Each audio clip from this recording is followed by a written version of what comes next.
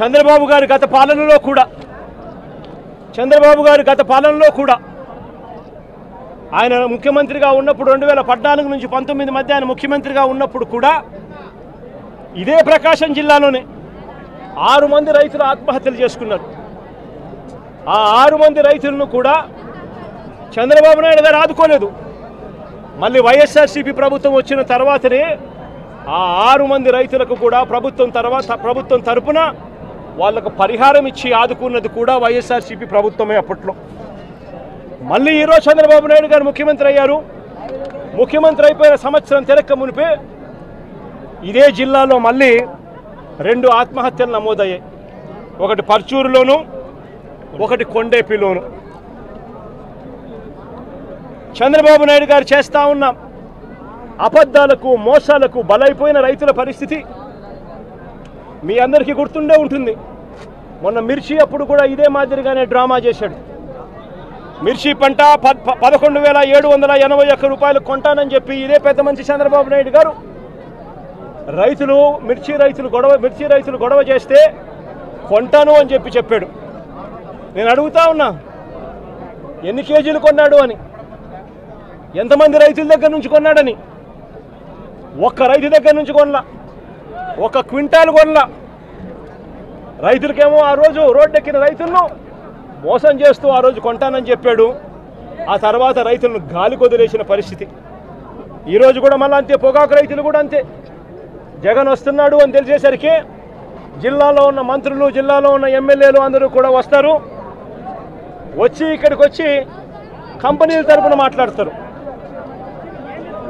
ప్రభుత్వం చేయాల్సింది ఏమిటి? ప్రభుత్వం ఎందుకు మార్కెట్ని యాక్టివేట్ చేయడం లేదు? ప్రభుత్వం ఎందుకు ఆక్షన్ హాల్లో పార్టిసిపేట్ చేయడం లేదు? ప్రభుత్వం ఎందుకు పోటీ పెంచడం లేదు? ప్రభుత్వం పోటీ పెంచితే రేట్లు పెరగవా అని అడుగుతా ఉన్నా.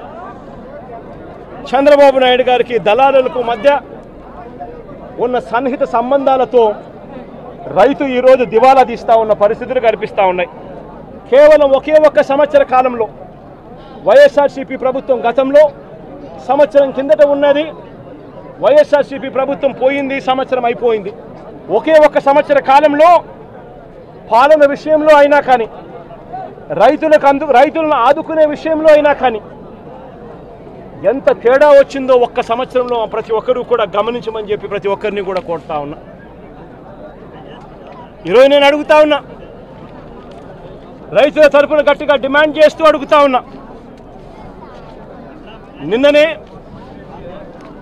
నిన్ననే నా ఆఫీసుకు వెస్ట్ గోదావరికి సంబంధించిన రైతులు కూడా నిన్న వచ్చారు. కోకో పంటకు సంబంధించిన పరిస్థితుల గురించి వాళ్ళు చెప్పుకొచ్చారు. గత సంవత్సరం అంటే వైఎస్ఆర్సీపీ చివరి ఏడాది మన ప్రభుత్వ హయాంలో కోకో కిలో గింజల ధర 1,050 రూపాయలు. నేరేడు సంవత్సరం కోకో కిలో గింజల ధర 1,050 రూపాయలు నేరేడు సంవత్సరం. ఇవాళ ఎంత తెలుసా? 360 రూపాయలు, 370 రూపాయలు. రైతు పరిస్థితి ఇంత దయనీయంగా ఉంది అని చెప్పి నిన్న వచ్చి వెస్ట్ గోదావరికి సంబంధించిన రైతులు చెప్పొచ్చారు. పామాయిల్ గురించి చెప్పుకొచ్చారు. పామాయిల్ ధర నేరేడు సంవత్సరం అంటే వైఎస్ఆర్సీపీ ప్రభుత్వ హయాంలో చివరి ఏడాదిలో వైఎస్ఆర్సీపీ హయాంలో పామాయిల్ ధర గరిష్టంగా 23,365 రూపాయలు. కెర్నిల్ నట్స్కు 29,250 రూపాయలు ధర వస్తే నేరేడు సంవత్సరం, ఈ సంవత్సరం ఇప్పటికే రైతులకు ధర పతనం కావడం మొదలుపెట్టింది. మొన్న మార్చికే 20,950 రూపాయలకు పడిపోయింది.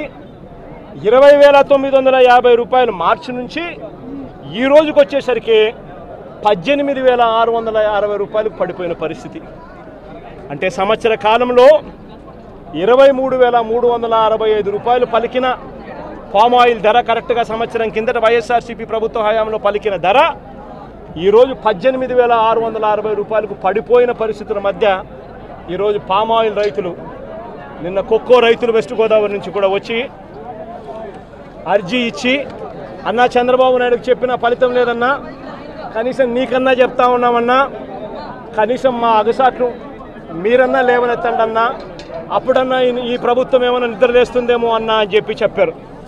ఈ ప్రభుత్వాన్ని గట్టిగా నిలదీస్తూ అడుగుతా ఉన్నా, ఈ ప్రభుత్వం రైతుల తరపున స్పందించకపోతే, రైతుల తరపున ఈ ప్రభుత్వం పంటలు కొనుగోలు చేసే కార్యక్రమానికి శ్రీకారం చుట్టకపోతే, మార్క్ఫెడ్ను రంగంలోకి దింపి వైఎస్ఆర్సీపీ ప్రభుత్వం హయాంలో జరిగినట్టుగా మార్క్ఫెడ్ను రంగంలోకి దింపి ఆక్షన్ హాల్లోకి మార్క్ఫెడ్ వచ్చి పార్టిసిపేట్ చేసి పోటీతనం పెంచేట్టుగా ప్రతి రైతుకు కనీసం యావరేజ్ ప్రైసు, అంటే హై లో రెండు కలిపితే యావరేజ్ ప్రైసు కనీసం 280 రూపాయలన్నా కనీసం రైతుకు వచ్చే విధంగా ప్రభుత్వం చర్యలు తీసుకోకపోతే మాత్రం ఖచ్చితంగా ఆందోళనలు ఇంకా ఉధృతం చేస్తాం.